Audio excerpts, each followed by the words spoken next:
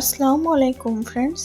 আজ আমি তোমাদের মাঝে নিয়ে এলাম টমেটোর চাটনি রেসিপি। একদম সহজ আর তৈরি করতেও খুব একটা বেশি সময় লাগে না, তেমন কোনো মশলাও ব্যবহার করতে হয় না, তবে খুবই টেস্টি হয় এমন একটা চাটনির রেসিপি। আমি জানি এভাবে কখনো কেউ চাটনি তৈরি করে খাওনি।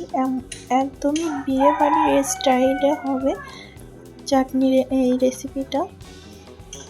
তো তোমরা যদি এরকম সহজ সরল স্বাদে অসাধারণ রেসিপি পেতে চাও তাহলে যেমন খুশি তেমন রান্না চ্যানেলটিকে সাবস্ক্রাইব করতে পারো। এছাড়া পাশে থাকা বেল আইকনটিকে প্রেস করে রাখতে পারো যাতে পরবর্তী ভিডিও আপলোড হলে সবার প্রথমে পেতে পারো।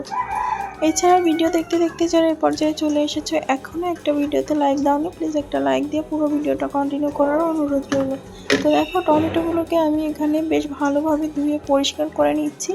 আর টমেটোগুলো কিন্তু একটু পাকা নিতে হবে, পাকা হলে বেশি ভালো হয়। যদিও আমার অতটা বেশি পাকা নয়, তবে তোমরা একেবারে পাকা টুকটুকে টমেটোটা নেওয়ার চেষ্টা করবে, এতে করে চাটনির কালারটা কিন্তু বেশ চমৎকার আসবে।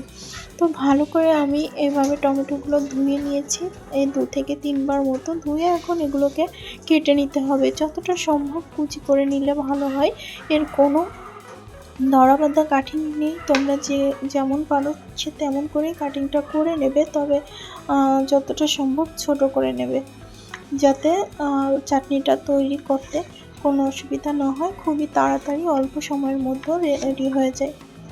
তো এইভাবে আমি সমস্ত টমেটোগুলোকে কেটে নেব। তো এখানে যে মশলাগুলো আমি ব্যবহার করেছি প্রত্যেকটার সাথে তোমরা পরিচিত, এই কারণে এখানে এক্সট্রাভাবে বলে দেওয়ার কোনো প্রয়োজন নেই, শুধু তোমরা মনোযোগ দিয়ে ভিডিওটা কন্টিনিউ করো।